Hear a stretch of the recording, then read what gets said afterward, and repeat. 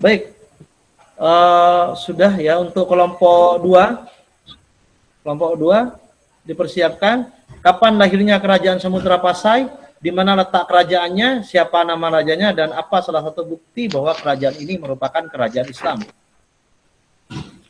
Silakan yang mewakili kelompok 2. Kerajaan Samudra Pasai lahir sekitar abad ke-13. Letak kerajaan Samudra Pasai berada di pesisir timur laut Aceh atau sekarang di daerah Kabupaten Lok Sumawe. Raja Samudra Pasai adalah Sultan Malik Al-Soleh dan salah satu bukti kerajaan Samudra Pasai. Samudra Pasai merupakan kerajaan Islam adalah adanya batu nisan kubur dari Sultan Malik Al-Saleh yang bertulis lafaz tahlil la ilaha illallah.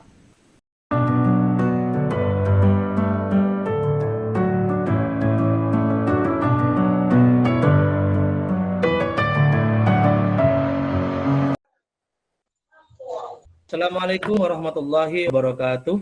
Waalaikumsalam warahmatullahi wabarakatuh. Apa kabar hari ini anak-anak sekalian? Alhamdulillah baik.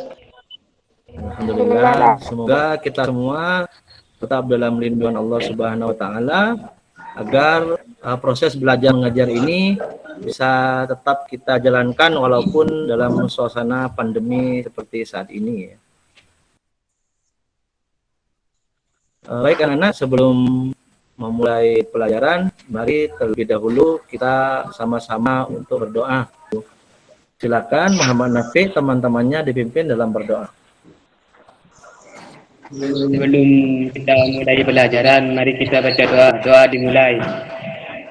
Bismillahirrahmanirrahim.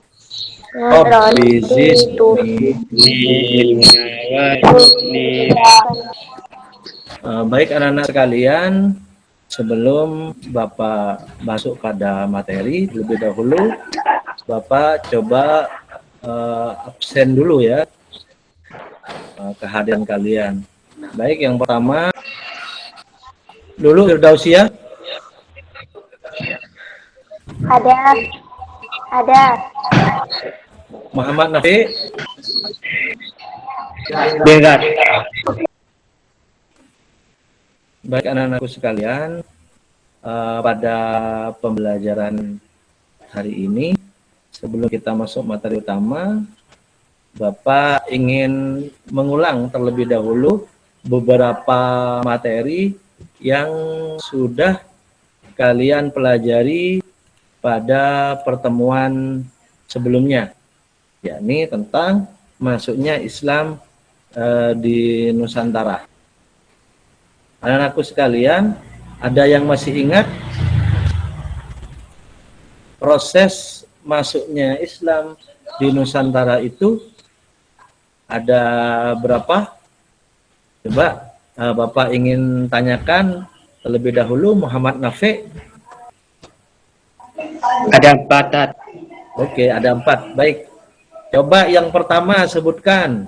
Lulu Firdausia. Apa? Teori apa? Mekah. Teori Mekah. Coba yang kedua apa lu? Yang kedua. Teori Gujarat.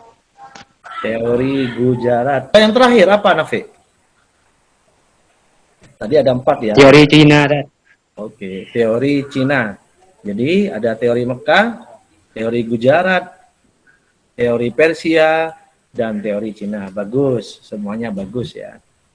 Kemudian sekarang yang kedua, coba Bapak ingin ingatkan apa saja cara-cara di dalam menyampaikan dakwah Islam di Nusantara. Jadi sebutkan cara dakwah Islam di Nusantara itu. Ada berapa? Coba Eva Eliana ada berapa? Coba ada 5. Yang pertama apa? Melalui Perdagangan. cara Perdagangan. perdagangan. Bagus. Yang nomor 2, Nafi apa Fi? Pernikahan, Ustaz. Pernikahan. Bagus. Yang ketiga, Eva? Pendidikan. Pendidikan. Terus, alhamdulillah kalian masih ingat ya tentang bagaimana Islam itu kemudian masuk ke Nusantara. Baik anak-anak sekalian, pada pembelajaran kali ini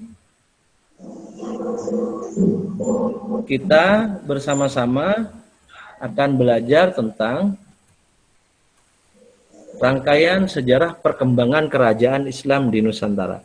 Jadi kalau kemarin kita belajar bagaimana cara Islam itu masuk ke Nusantara, kalau sekarang kita akan belajar tentang bagaimana kemudian kerajaan-kerajaan Islam itu bisa berkembang di Nusantara. Seperti itu ya. Keterkaitan dengan materi sebelumnya, yang pertama, kerajaan-kerajaan yang akan kita bahas ini merupakan kelanjutan dari materi sebelumnya, yakni tentang sejarah masuknya Islam ke Nusantara. Kemudian, kerajaan-kerajaan Islam yang akan dibahas ini merupakan dampak dari penyebaran Islam di Nusantara. Kemudian yang ketiga, keterkaitan dengan materi sebelumnya, kerajaan-kerajaan Islam yang akan dibahas ini merupakan bentuk berkembangnya Islam yang ada di Nusantara ya. Kompetensi dasar dari materi ini adalah menyajikan rangkaian sejarah perkembangan Islam di Nusantara. Tujuan pembelajaran yang akan kita capai dalam pembelajaran ini, yang pertama, setelah mengikuti pembelajaran, Bapak harapkan kalian dapat menjelaskan perkembangan kerajaan Islam di Sumatera, Jawa, dan Sulawesi dengan benar. Kita tahu materi kita ini nanti salah satu penggunaan metode belajarnya adalah dengan metode bercerita. Artinya kalian menganalisa sejarah-sejarah dari cerita-cerita yang akan Bapak tampilkan, baik melalui video pembelajaran ataupun dari slide PowerPoint. Yang ketiga, setelah mengikuti pembelajaran, kalian dapat menyajikan laporan kronologi perkembangan kerajaan Islam di Sumatera, Jawa, dan Sulawesi dari berbagai sumber dengan benar. Anak-anak sekalian, nah sebelum Bapak masuk pada materi, coba sekarang Bapak ingin tahu bagaimana analisa kalian atau bagaimana cara kalian memberikan pengertian tentang raja dan kerajaan. Coba siapa yang bisa? Ya, silakan. Menurut saya, Ustadz, raja itu adalah penguasa, sedangkan kerajaan adalah daerah kekuasaan raja. Bagus. Ada yang lain mungkin? Muhammad Nafi? Raja itu menurut saya, Ustadz, adalah seorang pemimpin atau ketua, sedangkan kerajaan adalah kediaman raja. Menurut Bapak sudah bagus, sudah berani menjawab tentang apa yang ada di benak kalian tentang pengertian raja dan kerajaan. Raja itu adalah penguasa tertinggi, betul tadi ya, bisa ketua, ya bisa penguasa gitu kan. Penguasa tertinggi pada suatu kerajaan atau orang yang mengepalai dan memerintah suatu bangsa atau negara. Sedangkan kerajaan adalah pemerintahan yang dipimpin oleh seorang kaisar atau raja. Jadi raja itu gelarnya macam-macam ya, ada sultan, ada kaisar, ada raja. Itu gelar saja. Tapi yang jelas hakikat dari pengertian seorang raja itu adalah penguasa tertinggi atau pemimpin tertinggi di kerajaan itu. Anak-anak sekalian, pokok bahasan yang kita bahas di sini adalah rangkaian sejarah kerajaan Islam di Jawa, Sumatera, dan Sulawesi sebagaimana yang sudah Bapak jelaskan tadi ya. Sebelum kita masuk pada materi, di sini Bapak sudah membagi kalian menjadi 3 kelompok. Ini Bapak hanya mencatat kembali karena sebenarnya kelompok ini sudah kita susun bersama ya di grup WA masing-masing. Jadi kalian kemarin sudah melakukan beberapa diskusi di di grup WA itu.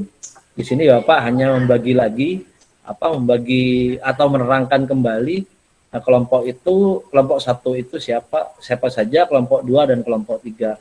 Agar ini nanti ketahuan siapa dari kalian yang aktif dalam diskusi dan siapa yang kurang aktif begitu, karena ini akan berpengaruh pada penilaian dari masing-masing individu nanti pada setiap kelompok itu. Anak sekalian, sebelum kita masuk pada materi, di sini Bapak sudah ada satu cuplikan video ya, bisa kalian lihat.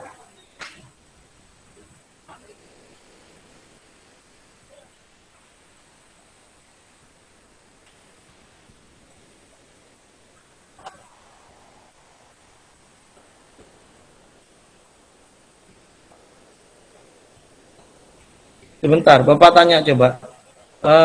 Ini aktif ya? Apa suara videonya keluar enggak? Ya, Ustaz, keluar.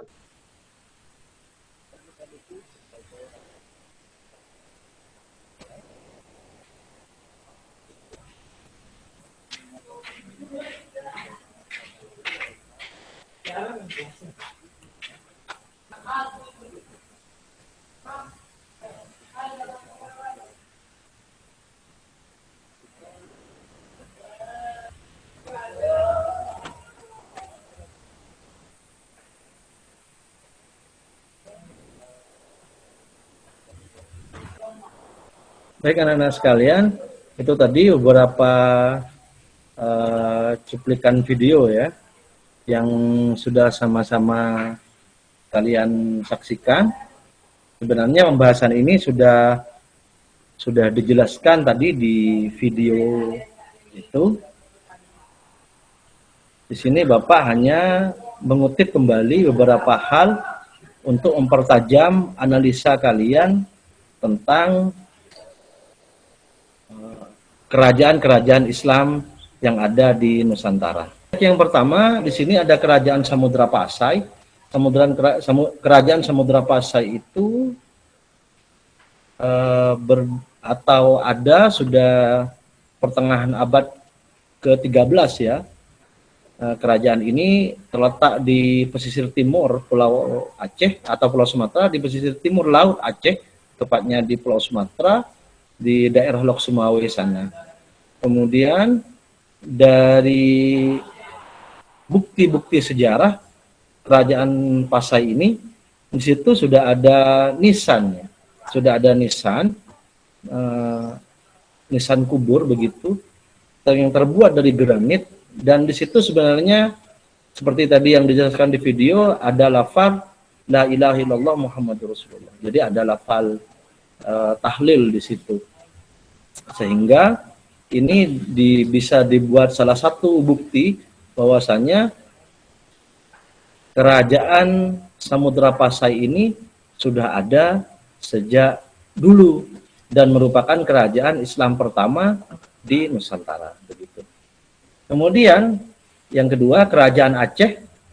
Tadi ini juga sudah dijelaskan ya di video itu. Di sini Bapak sekali lagi hanya untuk mempertajam saja penjelasan-penjelasan agar kalian lebih bisa memahami ya, tentang isi materi ini. Kerajaan Aceh itu raja pertamanya adalah Sultan Ali Muwayyad Shah. Kemudian kerajaan Aceh ini mulai jaya begitu. Mulai pada masa keemasannya itu sejak diperintah oleh Sultan Iskandar Muda, tepatnya pada tahun 1607 sampai dengan 1636. Yang ketiga, ini kerajaan Malaka ya. Kerajaan Malaka ini dalam sejarah dijelaskan didirikan oleh seorang bangsawan yang masih keturunan Majapahit bernama Paramisora. Itu nama Paramisora sebelum masuk Islam ya. Setelah beliau mu'alaf, kemudian berganti dengan gelar Sultan Muhammad Shah. Kemudian yang keempat, di sini kita ke Pulau Jawa. Di Pulau Jawa ini yang pertama ada kerajaan Islam Demak ya, atau Demak Bintoro begitu. Kalau tadi kerajaan Samudra Pasai itu merupakan kerajaan Islam pertama di Nusantara, kalau Demak ini merupakan kerajaan Islam pertama di Pulau Jawa. Jadi kalau Pasai, kerajaan Samudra Pasai itu merupakan kerajaan pertama di Nusantara, kalau Demak ini merupakan kerajaan pertama di Pulau Jawa. Kerajaan Demak diprediksi itu berdiri abad ke-16 atau sekitar 1500 sampai 1550 Masehi. Dengan raja pertamanya bernama Raden Patah.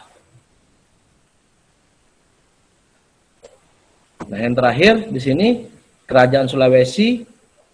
Salah satu kerajaan Islam yang ada di Sulawesi itu adalah kerajaan Goa, di mana kerajaan Goa ini asalnya juga menganut agama Hindu. Kemudian ada seorang ulama yang bernama Datuk Ribandang dari Sumatera Barat, kemudian menyebarkan Islam ke daerah Sulawesi. Kemudian dari sinilah raja dari kerajaan Goa kemudian masuk pada agama Islam yang awalnya bernama Tonigalo, ya, kemudian berubah nama menjadi Sultan Alauddin setelah beliau masuk pada Islam atau mu'alaf. Baik anak-anak, sebelum Bapak lanjutkan, mungkin ada pertanyaan terlebih dahulu dari kalian, dipersilahkan terkait dengan materi ini.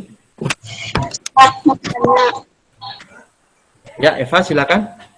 Kerajaan Pasai itu apa memang sebelumnya sudah ada Samudra Pasai baru ada setelah Islam dari Timur Tengah? Ya, sedikit Bapak tangkap tadi ya pertanyaannya, apakah kerajaan Samudra Pasai itu sudah ada sebelum Islam datang ke Indonesia, atau kerajaan Islam dan Samudra Pasai baru ada setelah pendawa-pendawa Islam dari Timur Tengah itu datang, begitu ya tadi ya pertanyaan dari Eva Elana. Pertanyaan yang bagus sebenarnya. Begini, menurut saya kerajaan Islam kerajaan Samudra Pasai ini memang sudah ada, cuman pada waktu itu masih belum merupakan kerajaan Islam. Jadi kerajaan Samudra Pasai itu baru menjadi kerajaan Islam setelah datangnya para ulama-ulama dari Timur Tengah yang menyebarkan agama Islam di Indonesia ini. Gitu. Jadi kerajaan Samudra Pasainya sendiri sudah ada, cuman masih belum Islam. Nah, nanti baru setelah ulama-ulama penyebar agama Islam itu tiba di Nusantara, kemudian barulah kerajaan Samudra Pasai ini diberikan pengaruh tentang agama Islam oleh ulama-ulama tersebut yang akhirnya kerajaan ini bisa menjadi Islam. Menurut Bapak seperti itu. Mempersiapkan topik diskusi sesuai dengan materi pada pembelajaran kita pada hari ini. Topik diskusi dibagi menjadi 3 kelompok ya. Ada kelompok 1, 2, dan 3 sesuai dengan kelompok yang sudah dibagi sebelumnya dan sudah melakukan diskusi juga di grup WA masing-masing kelompoknya. Bapak kasih waktu 5 menit ya untuk kalian mempersiapkan presentasi dari diskusi yang sudah kalian buat sebelumnya. Ya, yang kelompok 1 pertanyaannya sudah ada, nanti tinggal didiskusikan ya atau dipresentasikan ya hasil diskusinya begitu. Baik, anak-anak sekalian, gimana kelompok 1, 2, dan 3 sudah siap? Silakan dinyalakan mikrofonnya. Gimana kelompok 1, 2, dan 3 sudah siap ya? Ya.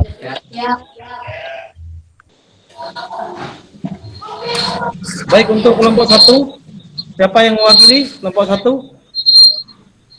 Saya Ustaz. Pertanyaannya, kapan kerajaan Demak itu berdiri? Cakupan wilayahnya di mana saja? Siapa nama raja pertamanya dan siapa penggantinya? Baik, kelompok 1, silakan. Itu berdiri tahun 1500 Masehi atau sekitar abad ke-16. Raja pertamanya bernama Raden Patah dan penggantinya bernama Raden Pati Unus atau yang lebih dikenal dengan Raden Sambranglor. Baik, sudah ya untuk kelompok 2. Kelompok 2 dipersiapkan. Kapan lahirnya kerajaan Samudra Pasai? Di mana letak kerajaannya? Siapa nama rajanya? Dan apa salah satu bukti bahwa kerajaan ini merupakan kerajaan Islam? Silakan yang mewakili kelompok 2. Kerajaan Samudra Pasai lahir sekitar abad ke-13. Letak kerajaan Samudra Pasai berada di pesisir timur laut Aceh atau sekarang di daerah Kabupaten Lok Sumawe. Raja Samudra Pasai adalah Sultan Malik Al-Soleh dan salah satu bukti kerajaan Samudra Pasai. Samudra Pasai merupakan kerajaan Islam adalah adanya batu nisan kubur dari Sultan Malik Al-Saleh yang bertulis lafaz tahlil la ilaha illallah. Ya, bagus. Terima kasih kelompok 2. Sekarang sempurna sekali ya tadi ya jawaban dari kelompok 2, bagus. Coba sekarang untuk kelompok 3. Kapan Islam diperkirakan masuk ke daerah Sulawesi? Siapa nama tokoh ulama? Atau siapa nama tokoh atau ulamanya? Di situ kemudian siapa nama Raja Goa yang sebelum masuk Islam dan sudah memeluk agama Islam? Kemudian siapa nama putra dari Raja Goa yang nantinya menjadi pengganti sebagai raja di kerajaan Goa setelah ayahnya meninggal? Siapa yang presentasi kelompok 3? Terus silakan.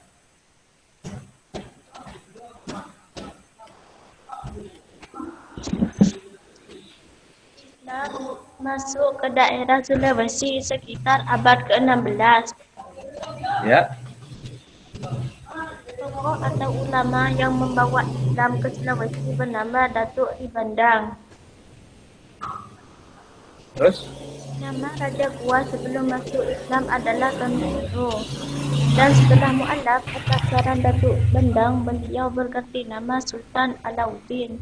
Nama putra dari Sultan Alauddin adalah Sultan Hasanuddin. Ya, bagus. Kelompok 3 ya. Terima kasih dari masing-masing kelompok ya.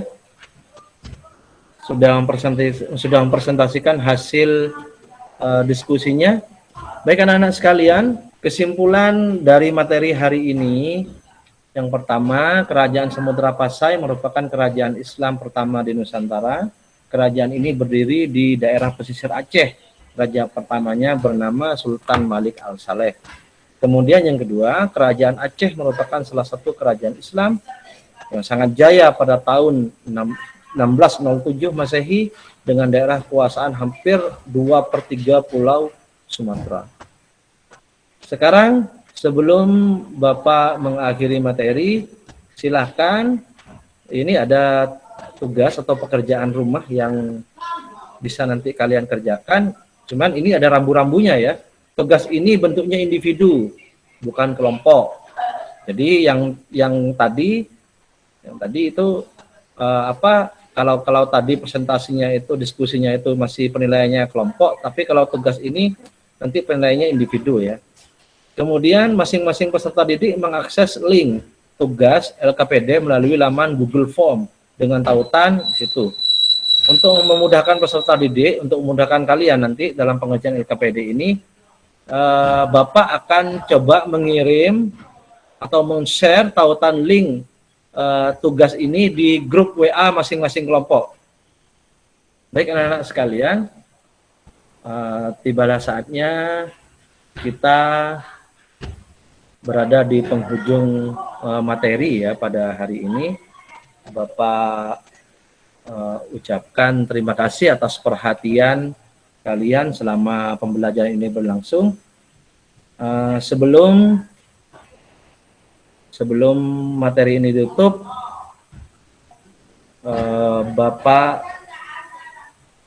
mengajak kalian untuk mendoakan para ulama, para raja-raja Islam yang sudah mendahului kita semua, agar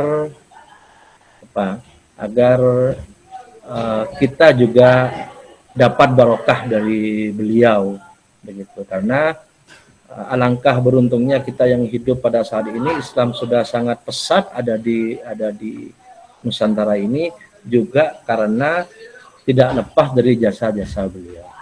Mari sama-sama kita berdoa dalam hati. Bapak yang akan pimpin membaca surat Al-Fatihah 1 kali, kita khususkan kepada raja-raja Islam yang sudah mendahului kita. Ala hadhihi niyyah Al-Fatihah.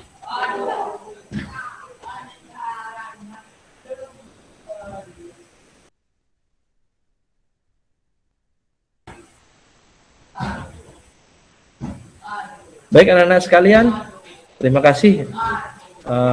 Semoga ilmu kita pada hari ini manfaat, baik untuk Bapak pribadi ataupun khususnya untuk kalian semuanya. Sebelum pembelajaran ini ditutup, mari sama-sama kita berdoa untuk menutup pelajaran. Silakan mikrofonnya diaktifkan. Muhammad Nafiq silakan kembali dipimpin teman-temannya untuk berdoa menutup materi.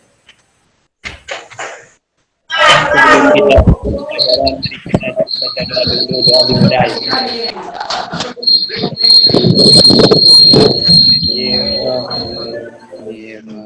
Kaya Rabbi waffiqni litaqwa kaya Rabbi Litaqwa kaya Allah. ya Rabbi Husnul khotimah.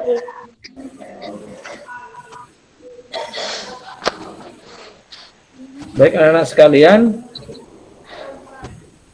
sebelum Bapak tutup, pesan Bapak kepada kalian semua, jaga kesehatan baik-baik di rumah, jaga imun, ya. Jangan sering keluar rumah, memang tidak ada acara yang begitu mendesak, karena saat ini suasana kita atau suasana daerah kita masih di level 3 ya, di suasana pandemi. Semoga pandemi ini cepat berlalu dan pembelajaran kita bisa berlangsung normal. Begitu. Terima kasih atas perhatiannya. Mohon maaf atas segala kekurangan. Wabillahi taufiq wal hidayah. Wassalamualaikum warahmatullahi wabarakatuh. Kepada